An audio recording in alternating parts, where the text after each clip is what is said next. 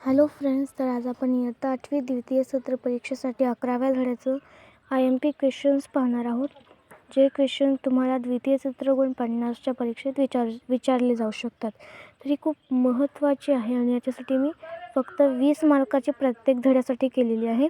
पण याचा सराव तुम्हाला खूप इम्पॉर्टंट होऊ शकतो इयत्ता 8वीसाठी.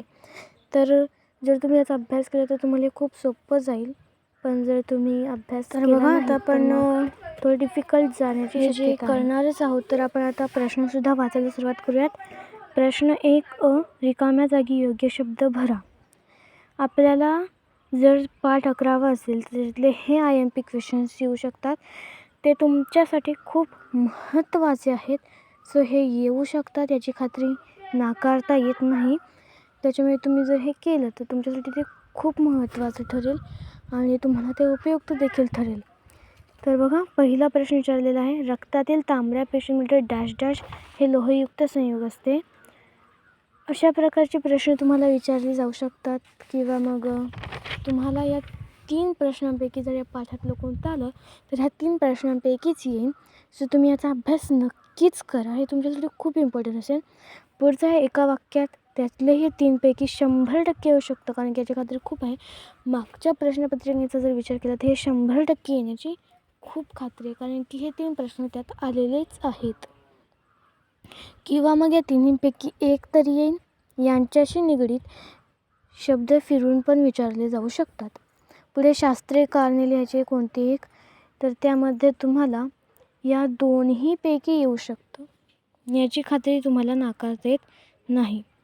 या दोन्हीपैकी येऊ शकतं, मग तुम्हाला ते कोणतंही असू दे.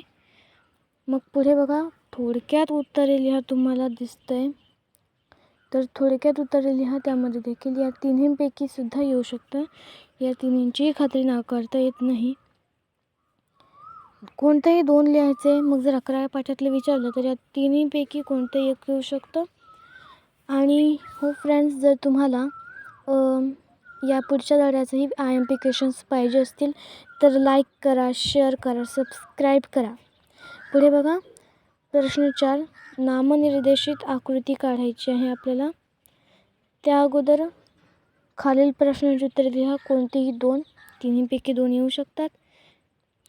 पुढे जर विचारलं तर नामनिर्देशित आकृती काढायची. मानवी शिक्षण संस्था, मानवी हृदयाचा उभा छेद या दोन्हीपैकी तुम्हाला येऊ शकतं, कारण की या दोन्हीपैकी एक तुम्हाला विचारलेले जाऊ शकतात.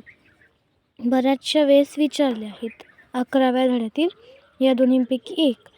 किंवा मग तुम्हाला हवे असतील तर अजून कोणतेही. तर बघा, 11व्या धड्यातील आपलं IMP क्वेश्चन्सचं जे आहे ते संपलेलं आहे. पण जर तुम्हाला 12व्या धड्यातील पाहिजे असेल तर लाईक करा, शेअर करा, सबस्क्राईब करा.